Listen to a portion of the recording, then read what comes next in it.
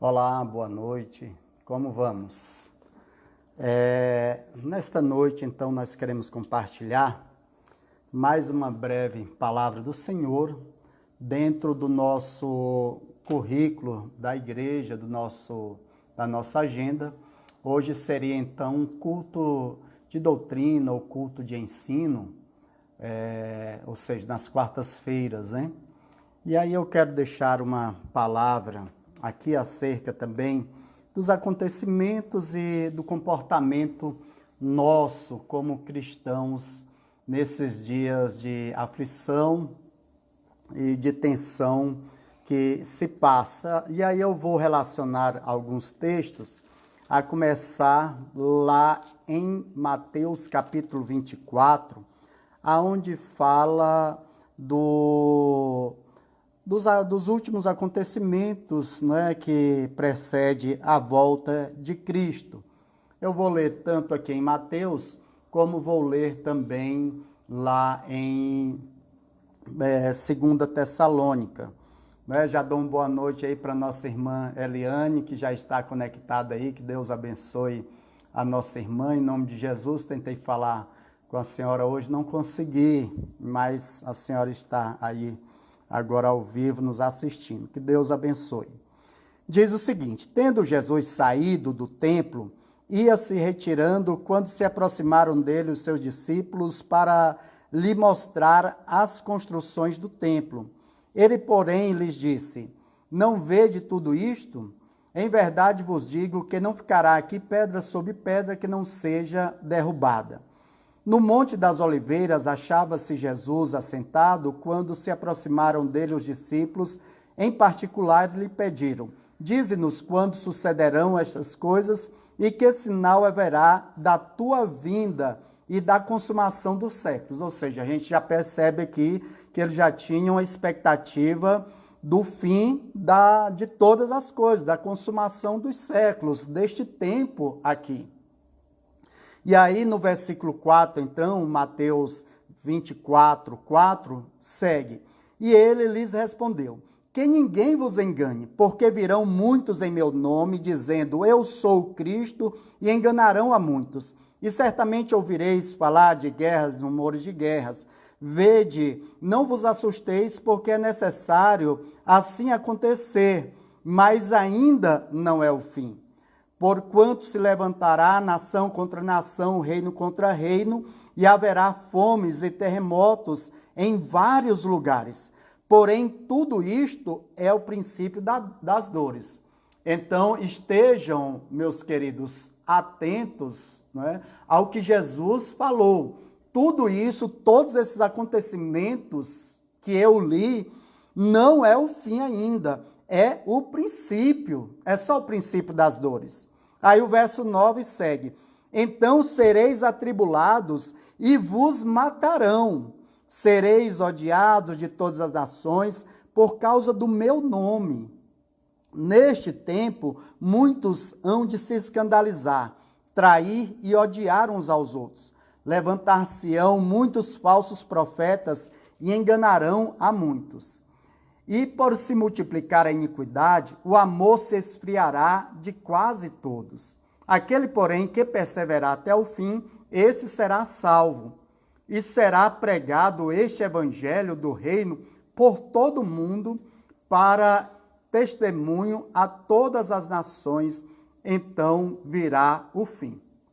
Então Jesus anunciou alguns acontecimentos que são sinais da vinda, ou que precedem a volta dele e a consumação dos séculos. Este é o assunto. Se nós fôssemos seguir aqui todo o capítulo 24, 25, nós teríamos tantas outras evidências aqui.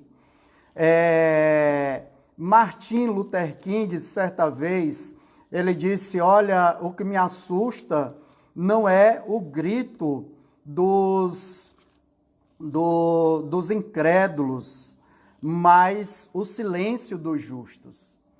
E hoje eu posso até falar o contrário disso. O que me assusta hoje são os gritos dos justos, queridos, diante dos dias que nós estamos vivendo, desse tema global, coronavírus, e muitos cristãos nas redes sociais desesperados, achando que já está se consumando, que acabou tudo, que já é o fim, e muita gente com essa ideia apocalíptica. Gente, pelo amor de Deus, ainda tem muitas coisas para acontecer ainda. Podem ser que possam acontecer em um curto período de tempo, sim. Eu não desacredito que Jesus está às portas, que Jesus está voltando, não é? Que já estamos próximos. Se não for na minha geração, mas que na geração próxima, mas isso a gente não consegue medir. E quantas vezes eu já tive que ouvir de cristãos que Jesus já estava voltando, que Jesus já estava às portas imediatamente, com datas, né? Datas de 2019. Mas para nossa vergonha, queridos, não é? Alguém estabelecer data, dia, hora, ano para a volta de Jesus. Se nem ele mesmo, ele na sua palavra diz que nem ele mesmo sabe, a não ser o Pai. Então, queridos, caminhar por esse caminho é muito temeroso, é temerário a gente dizer o dia, a hora e dizer que esses são os últimos sinais. Não, ainda tem muitas coisas para acontecerem, como nós já lemos. Dito isto, eu quero abrir então com os queridos lá em 2 Tessalonicenses, a segunda carta de Paulo à igreja de Tessalônica, ou em Tessalônica, capítulo 2 também, para depois nós irmos para o texto propriamente dito que eu quero compartilhar com os queridos irmãos. 2 Tessalonicenses, capítulo 2 diz: Irmãos, no que diz respeito à vinda de nosso Senhor Jesus Cristo e à nossa reunião com Ele, nós vos exortamos. Olha só o que Paulo diz: a que não vos demovais da vossa mente com facilidade, nem vos perturbeis, quer por espírito, quer por palavra, quer por epístola, como se procedesse de nós, supondo tenha chegado o dia do Senhor. Paulo já estava alertando aquela igreja que ele havia fundado ali na sua segunda viagem missionária à Europa. Então, Paulo já alerta aos irmãos: opa, não se deixe enganar, nem por epístola, nem por espírito, acerca do dia do nosso Senhor que já chegou. Ele estava dizendo, não chegou ainda. Aí o verso 3 diz: ninguém de nenhum modo vos engane, porque isto não acontecerá sem que primeiro venha a apostasia. Irmãos, tem alguns sinais que devem acontecer antes de vir o fim. Apostasia, mas ele segue: e seja revelado o homem da iniquidade, o filho da perdição, o qual se opõe e se levanta contra tudo que se chama Deus ou objeto de culto, a ponto de assentar-se no santuário de Deus, ostentando-se como se fosse o próprio Deus. Não vos recordais de que, ainda convosco, eu costumava dizer-vos estas coisas? Ou seja, queridos, para um cristão que lê a palavra de Deus, que está conectado com as coisas de Deus, não é aceitável essas coisas. E aí já disseram, o Trump, que é o anticristo, que é o homem da apostasia, o Macron lá da França, foi o líder religioso de tal religião, ou até mesmo de tal denominação. Peraí, irmãos, vamos nos voltar para a Bíblia. Essa é a palavra da verdade, a palavra de Deus. Não queira ser um advogado, não é, do fim dos tempos, nem juiz de ninguém. Nós não estamos autorizados para dizer quem é, quem não é o anticristo, porque ele ainda não apareceu, ainda não está aí, ou pelo menos não temos sinais evidentes. Então, para nossa tristeza, para a vergonha do evangelho e de muitos evangélicos sinceros, tem muitas pessoas se dando o prazer de querer descobrir quem que é o anticristo, o dia da volta de Cristo. Pera lá. Você já aceitou Cristo como Senhor e Salvador da sua vida? Já tem certeza da sua salvação? Se você tiver com Jesus no seu coração e tiver certeza da sua salvação nesse Jesus, não importa quem seja o anticristo, se ele vem agora ou não, se Jesus está voltando agora ou não, contanto que Jesus vindo ou você sendo convidado para estar com ele, esteja seguro da sua salvação pela palavra do Senhor. Então, meu irmão, minha irmã, que me ouve, você que já tem Jesus no seu coração, que o confessou como Senhor e Salvador da sua vida, tem algumas coisas que nós não podemos mais admitir. De criança, a gente aceita comportamento de criança. De adulto, não dá para aceitar comportamento de criança. Acredito que você concorda plenamente comigo. Então, meus irmãos, essa praga, esse vírus que está por aí, não é para trazer desespero, não. É para nos colocar no prumo, para disciplinar o povo de Deus, chamar o povo de Deus ao arrependimento, em uma vida mais dedicada, em uma vida mais consagrada, aonde a gente separa o precioso do vil, o santo do profano e escolhe viver uma vida com o nosso Senhor e Salvador Jesus Cristo, uma vida que vale a pena. E aí eu quero então agora ler propriamente o texto da nossa meditação essa noite, que está em 1 Tessalonicenses 1:3, e aí depois nós vamos para 2 Tessalonicenses também 1:3. Então, 1 Tessalonicenses 1:3 diz: recordando-nos diante do nosso Deus e Pai, da operosidade da vossa fé, da abnegação do vosso amor e da firmeza da vossa esperança em nosso Senhor Jesus Cristo. E aí, 2 Tessalonicenses capítulo 1, verso 3, diz quase que a mesma coisa, com outras palavras.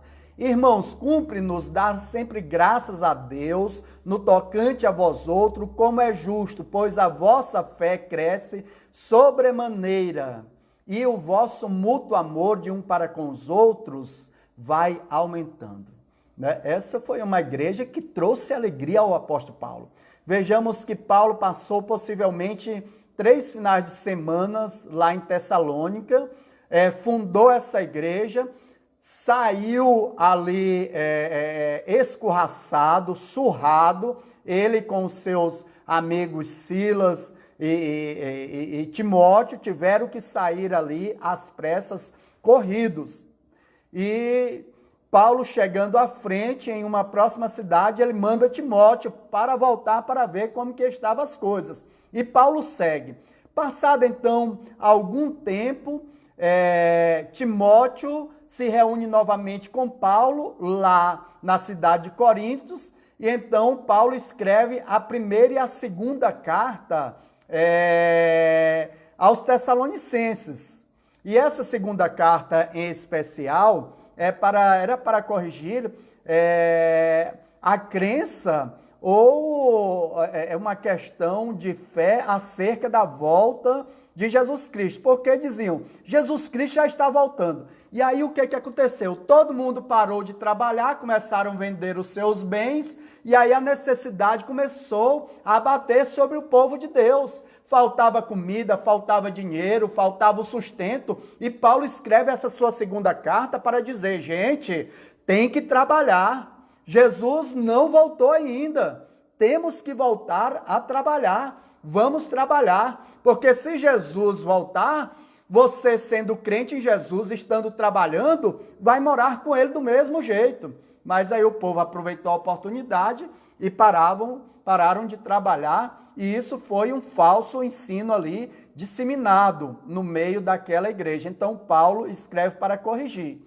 E aí eu gostaria de trazer o título nessa noite, Marcas de uma Igreja Bíblica. Quais são essas marcas? Em primeiro lugar, nós vemos no verso 3 que a gente leu, da sua segunda carta aos Tessalonicenses, que é fé operosa e amor abnegado. É isso que está nesse texto. Aquela igreja foi uma igreja que trouxe alegria grande para aquele pastor que foi Paulo. Quanta alegria Paulo não teve quando Timóteo relatou para ele como que aquela igreja estava vivendo. E Paulo, então, retrata isso na sua carta, escrevendo para eles: irmãos, cumpre-nos dar sempre graças a Deus no tocante a vós outros, como é justo, pois a vossa fé cresce sobremaneira, e o vosso mútuo amor de uns para com os outros vai só aumentando. Que alegria, que prazer que Paulo, pastor daquela igreja, fundador daquela igreja, teve quando soube dessa notícia. Um ditado muito popular diz: isso é só fogo de palha, com o tempo passa. Não foi fogo de palha, meus queridos. Aquela igreja se apegou de fato a Jesus Cristo. Vemos o testemunho do apóstolo Paulo sobre essa igreja, que não era fogo de palha, mas era o poder de Deus tomando as vidas daquela comunidade, daquela cidade, daquelas pessoas. E foi algo que nem mesmo o tempo conseguiu desgastar, nem mesmo a mediocridade conseguiu alcançar, e nem mesmo a perseguição conseguiu abafar. O povo continua firme, continuava fiel ao Senhor, não é? O amor mútuo entre os irmãos aumentando, a fé crescendo. E é isso que nós precisamos também nesses dias: uma fé operosa e um amor abnegado, aonde aumenta, aonde nós nos preocupamos uns com os outros para sabermos se não tem ninguém da nossa comunidade passando fome, passando necessidade. E isso nós temos feito, não é? Procurado saber como estão os nossos irmãos, como estão, se está faltando alguma coisa, não é? No que está precisando, se é de uma oração, se é de um pacote de arroz. É isso que é amor abnegado, onde eu não fico dentro da minha casa somente curtindo as oportunidades que tem de descanso, sei lá, qualquer outra coisa, porque na verdade eu não tenho descansado, tenho muito mais trabalhado nesses dias, estando atento aos acontecimentos e à nossa comunidade. Queridos, o tempo passou, e o que Paulo ouviu de testemunho foi que a fé daquele povo cresceu e o amor aumentou, mesmo em meio à perseguição e à tribulação. Sabe, eu tenho uma ardente expectativa que a nossa fé vai aumentar e que o amor abnegado também vai aumentar também por esses dias, queridos, porque Deus tem operado pelo favor dele, pelo poder do seu Espírito nas nossas vidas. Eu creio nisto, eu creio que a nossa fé vai se tornar mais operosa e o amor mútuo entre os irmãos mais fervoroso. Nós vamos sair dessa melhores crentes, uma igreja mais aguerrida, mais fervorosa, mais amorosa, que cuida de uns para com os outros de forma mais plena. Eu creio nisso. Então, queridos, marca de uma igreja bíblica, em primeiro lugar, aonde tem uma fé operosa e um amor abnegado. Queridos, mas em segundo lugar, eu quero ler também com os irmãos aí, lá no versículo 4, 1 Tessalonicenses, capítulo 1, verso 4. A tal ponto que nós mesmos nos gloriamos de vós nas igrejas de Deus, à vista da vossa constância em fé, em todas as vossas perseguições e nas tribulações que suportais. Segunda marca de uma igreja bíblica, o testemunho de fé para os de dentro e também para os de fora. Veja que Paulo estava dizendo que a história desta comunidade servia de inspiração para eles, de modo que eles se gloriavam e diziam: valeu a pena, não é? Apesar do sofrimento, da perseguição, de quase morrermos ali naquela cidade pela ira dos judeus. Então, nós chegamos à conclusão que, pelo resultado, valeu a pena todo o sofrimento que passamos, valeu a pena, então, o que nós tivemos ali de sofrimento naquela igreja, que passamos quase que pela morte, mas valeu a pena. Então, o testemunho de fé para os de dentro e para os de fora. Então, tanto os de dentro da igreja estavam vivendo este amor, este testemunho, esse amor mútuo, como também o testemunho se espalhava para além das fronteiras. Paulo estava distante e a notícia chegava que esses irmãos, apesar das tribulações, das aflições, das perseguições, continuavam firmes no nosso Senhor e Salvador Jesus Cristo, dando testemunho de uma fé vibrante, autêntica, verdadeira, que não se deixava abater. Queridos, eles davam testemunhos em outras igrejas acerca do que acontecia lá. E isso servia de força, de alimento, de incentivo, de motivação para eles prosseguirem na caminhada. Contagiava, não é? Como é bom ouvir um bom testemunho. O testemunho de uma igreja, o testemunho de uma pessoa que serve a Deus com fé, com amor abnegado, como isso edifica, como isso motiva a gente, como enche o nosso coração de alegria, não é verdade? Constância aqui nesse texto, querido, significa que eles eram pacientes, firmes e perseverantes. E tribulação também nesse texto significa ser prensado, não é? Ser imprensado por uma prensa ou algo com muito peso, mas que a pessoa não se entrega, que a pessoa continua firme, dizendo assim: nós vamos vencer, vamos passar por essa. E foi isso que aconteceu com aqueles amados e queridos irmãos. Queridos, marcas de uma igreja bíblica, em terceiro lugar, versos 5 ao 8 diz: sinal evidente do reto juízo de Deus, para que sejais considerados dignos do reino de Deus, pelo qual com efeito estáis sofrendo. Se de fato é justo para com Deus que ele dê em paga tribulação ao que vos atribulam, e a vós outros que sois atribulados, alívio juntamente conosco, quando do céu se manifestar o Senhor Jesus com os anjos do seu poder, em chama de fogo, tomando vingança contra os que não conhecem a Deus e contra os que não obedecem ao Evangelho de nosso Senhor Jesus. Queridos, terceira marca de uma igreja bíblica é uma forte expectativa, uma expectativa contagiante pela volta do Senhor Jesus Cristo. Mas lá na introdução eu estava falando que a gente deve esperar o Senhor Jesus Cristo, sim, mas conectado com os textos bíblicos que falam acerca da sua volta, sinais evidentes da sua volta. Então nós temos que conciliar essas questões, ter essa viva esperança no nosso coração de que Jesus está voltando e a sua volta é o melhor da nossa vida.